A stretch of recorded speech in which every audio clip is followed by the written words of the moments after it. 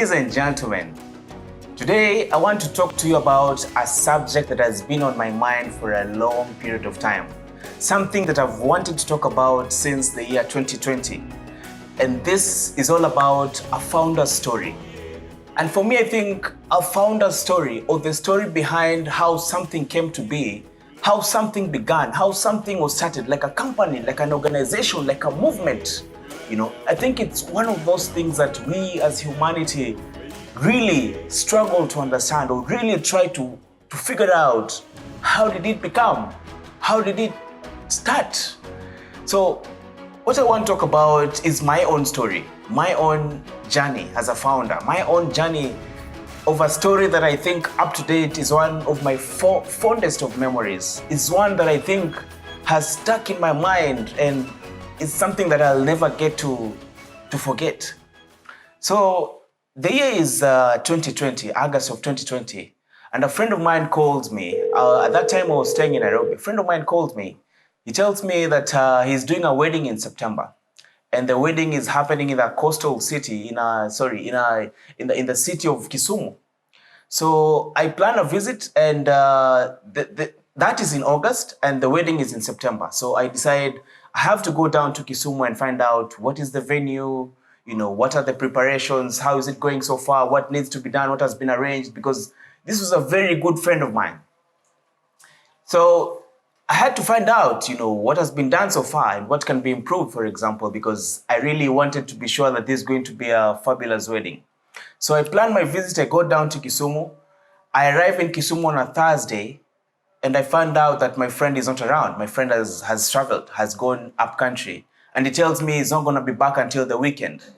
So I say, let me stay in a hotel for that Friday, that's Thursday and Friday, and probably wait for him to come back on the weekend.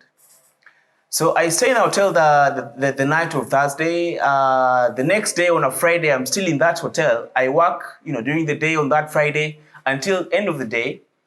And then I feel like I'm bored. I feel like I've been in this hotel for far too long. I need something. I need to, get out and do something else, because my friend is not going to be back until the next day.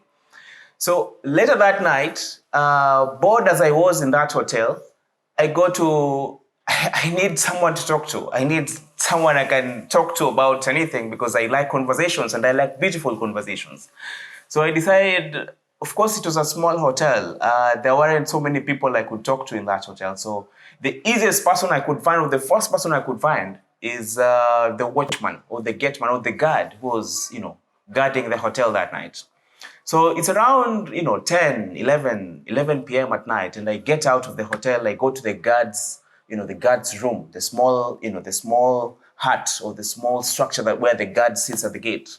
I talk to him just casually, I try to ask him questions about the town, because I had stayed for a while before visiting the town.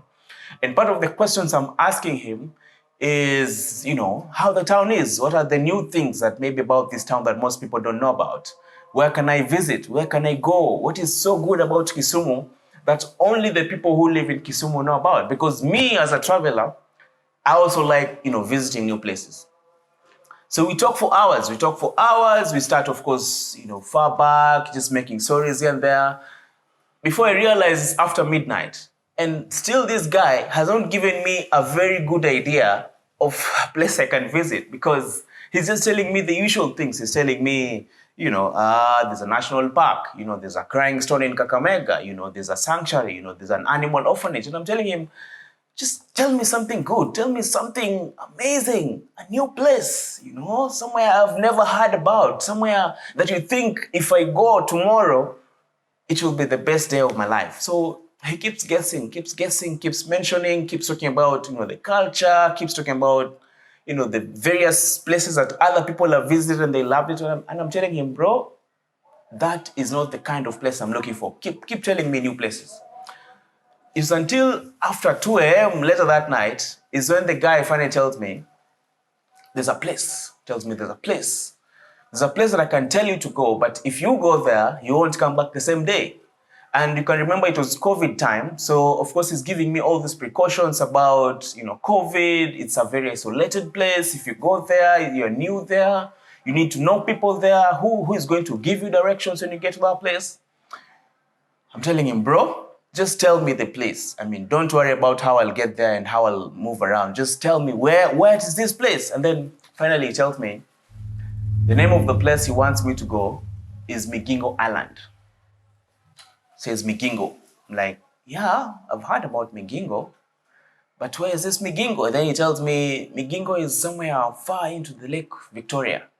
He tells me if you go to the lake, you have to, take a boat and then go to the island. It's not very close to the mainland, and it's a bit of a distance, and you have to know who will take you there.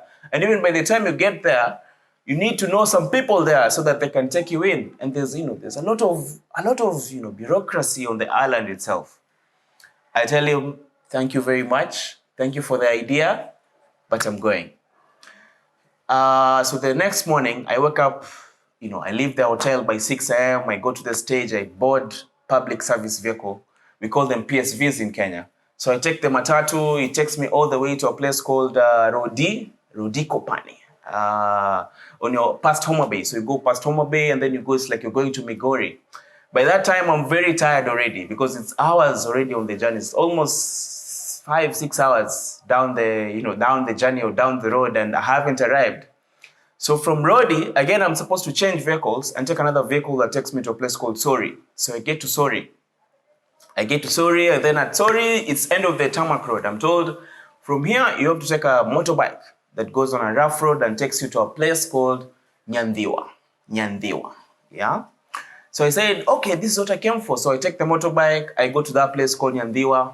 It's almost 4 p.m. And remember, I left the hotel at 6. And of course, being my first time, of course, I didn't know so much about, the easiest ways to get there, which matatus or which vehicles can take me the fastest to get to that place.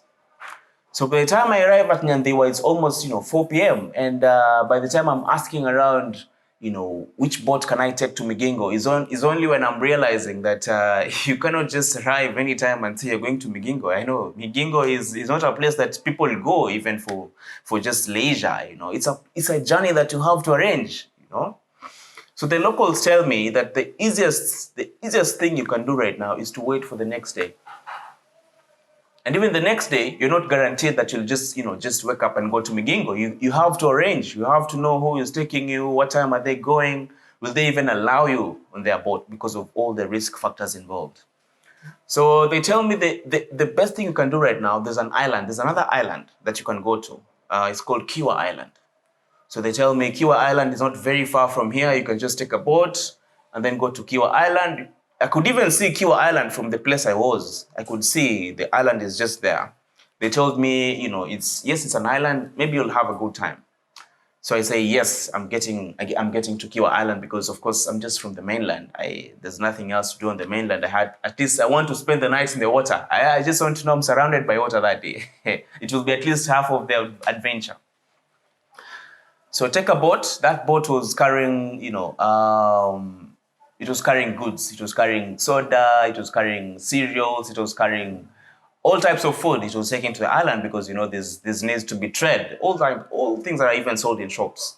It was very, very full. It was carrying both goods and people. It was full. I remember I was so scared. It was one of those few times I've boarded a very loaded boat. I think we were overloaded on that boat, and it was just, swaying from side to side. I remember I had my mask on. I was shooting some video there trying to say, COVID time, I'm on a boat, I'm going to an island.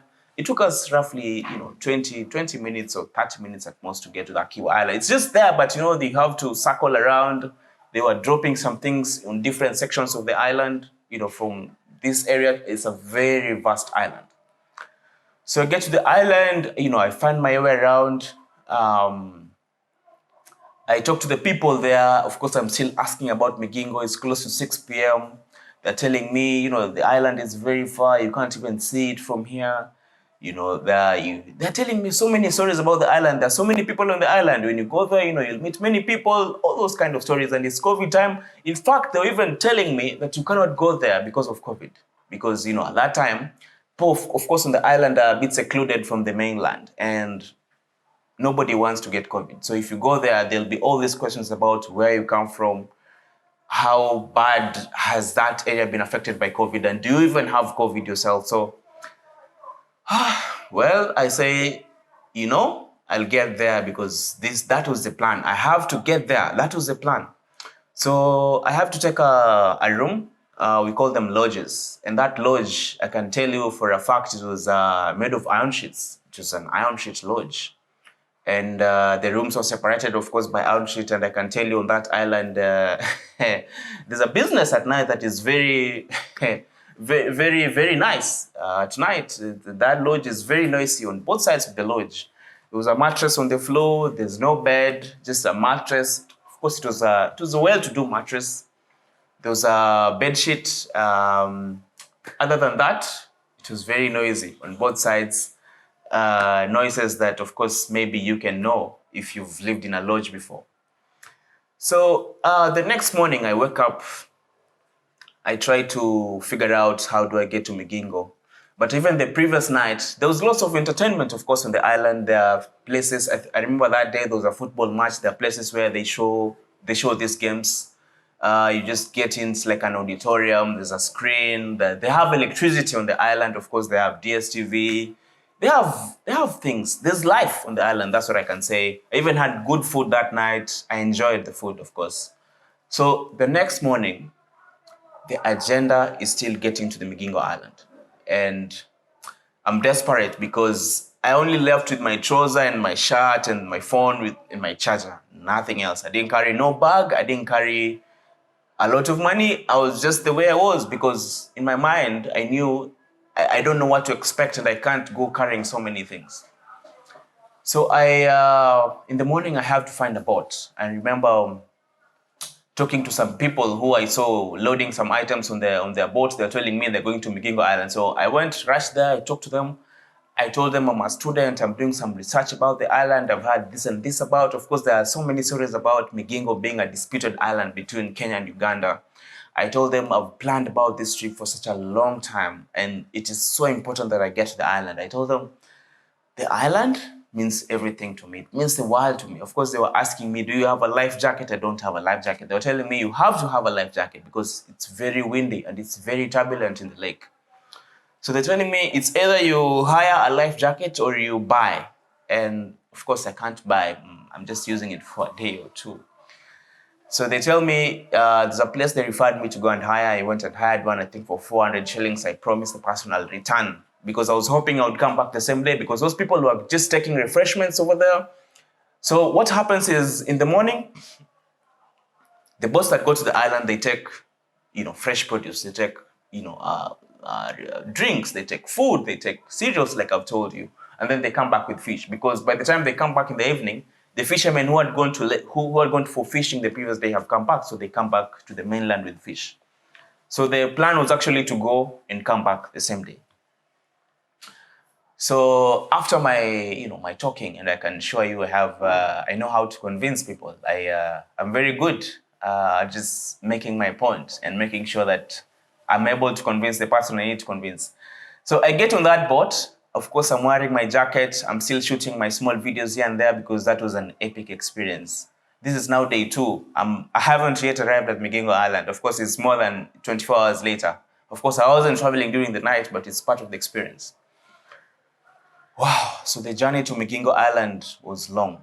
From Kiwa Island all the way, it was close to 2 hours. 2 hours on the road or, on our way, I kept asking questions about the island. So by the time we arrived at the island, I had already befriended the main guy who was kind of the owner of the boat or the owner of that whole process to take the items and come back with fish.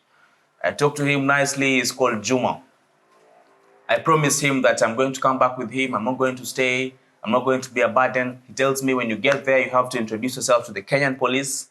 He told me there's Kenyan police and there's Ugandan police. So you have to, and there's also Kenyan Marine on the island. So they told me when you get there are 3 important steps that you need to take before you do anything. He told me do not try to do anything that I haven't told you it's okay to do. So I promised him I'm going to be a good boy. So by the time we get to the island, we're already like almost friends or something. He introduces me. In fact, he's the one who takes up the role of introducing me to the Kenyan police, introducing me to the Ugandan police. I have to sign some visitors' books there, explain to them what I'm doing there because, it's COVID time. People don't visit that island. In fact, they rarely have visitors. They rarely have people from any places around the country other than the locals who usually go there.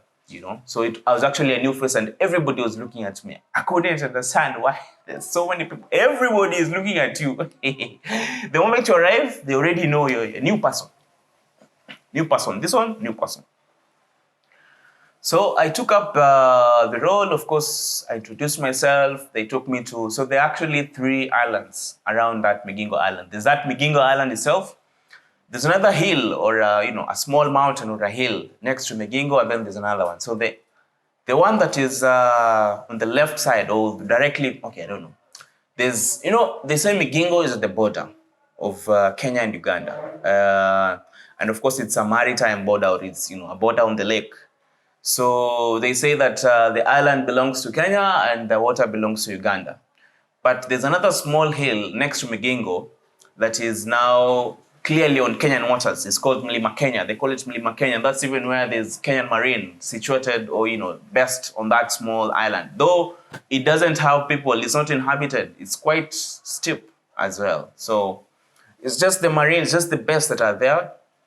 No locals, no people living there. And then there's another one, which is also clearly defined, of course, on the Ugandans, on the Tanzanian side, actually. It's called Mlima Tanzania. You'll be surprised. It's actually a place that, the border, you can't see the border, of course, in the lake, but people know this, and they're just right next to each other, like 10, 15, 20 meters away apart. So one is here, Mlima Kenya is here, and then Mlima Tanzania is here. Not far, I can assure you. In fact, the distance between Migingo and Mlima Tanzania is roughly 50 meters. The distance between Migingo and Mlima Kenya is 30 meters or 20. It's closer. So after the introduction, of course, now my host now is called Zuma, tried to show me around. I was, by the time I got to the island, I knew this is what I came for. I knew this is the experience that I've been dreaming about almost, let me say, not my entire life, but, my entire adult life. I've always been that person for adventure. I've always wanted to go to places that I've never been before, places that are unique, places that are different. So by the time I got to the island, I knew very well this is the place that this is my dream destination, for example, if I can use those words. So the island itself is the shape of an egg, if I can call it, or like an oval, It's a very small place and it's full. They say it's I think they say it's the most populated island on Earth. The reason they say that is because it's a very small surface area with a lot of people. So the shanties, and it's all rock. There's no soil. It's all rock, and there are buildings on the rock. So, and all these buildings are made of, iron sheets. There's an entertainment hall. There are chemists. There are pharmacies. There are hotels. There are barber shops. There are even shops for tailors are also there. There are lodges, of course, and then there are offices for the security guards. What else is there? Everything is on the island, so it's almost like independent or self-sufficient, other than the fact that they get produce from the mainland, fresh produce from the mainland. So I'm walking around. There are very slim, tiny paths for you to walk around. You walk around in between from one lodge to another, or from one path to another. There's a main path that goes from the main entrance of the island up to the other side. And something interesting about the island is, everything is all around it. So there's even a place where they do repairs for the boats, like an entire engineering section. So you go around, you can see from one side of the island, there's that engineering section, for example. You move around the island a little. Now on the edges, you see a place where women shower. Next, you see a place maybe where the men shower. Next, you see a place where they wash utensils. Next, you see a place where there's the pit latrines. There's a pit latrine. Of course, there are latrines on the edge of the island, and they all drain into the water.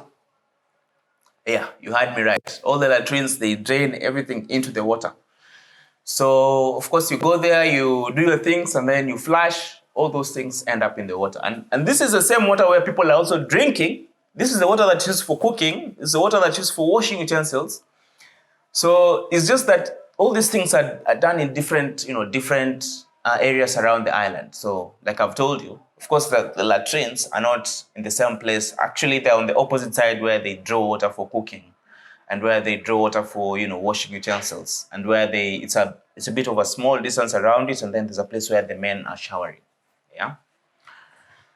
Yeah. So that was my first impression. I was like, wow, all these things happening on one island. And just being told that there are people from like 5 nationalities or even more, the people from Kenya, of course, the people from Uganda, Tanzania, the people from Rwanda, even Burundi, yeah, sometimes even South Sudan. And all these people, of course, the population of the island is different depending on the season. So for example, of course, all these things are dependent on the amount of fish, because fish is the main source of business or the main trade on the island. So there are seasons where the fish is a lot, and there are seasons where the fish is little, or the amount of fish in the lake has gone down. So during the time when there's a lot of fish in the water, or during the time of high harvest, there's a lot of people on the island. Many people doing businesses. The shops are full, the lodges are full. You can't even get a place to stay, yeah, because all the rooms are booked. Fishermen are staying there. Let me call them. What do they call them these days? A lot of women, of course, who are there are in the fish business. Maybe they're processing fish, they're cooking in their hotels, their service. Let me just say service industry. But there are also women who do business in terms of prostitution, for lack of a better word. So they're also in plenty on the island, and they are very, much more at the time when there's a lot of fish in the water, because more fishermen are coming on board. Some of them have left their family's mainland for even up to 3-4 months. And it's hard to go back to the mainland because you need to go back with money, and money is in the lake. So you have to stay in the lake and do business. Go fishing, come back, sell your fish, get the money, send money, to your families. Something else I found out when I was traveling the island is small kids. There's a number of small kids on the island. Of course, there's no school, but there's a worship center. In the main auditorium, there's an auditorium even for watching football.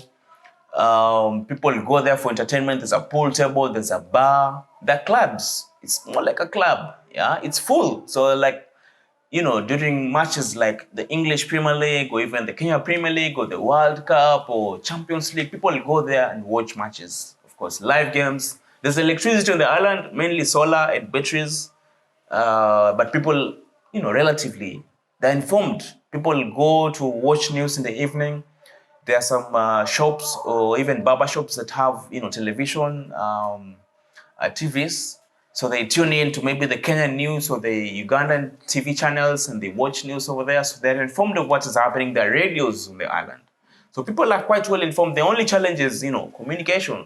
Sometimes you have to move from one section to another of the island to get good network. Sometimes, and then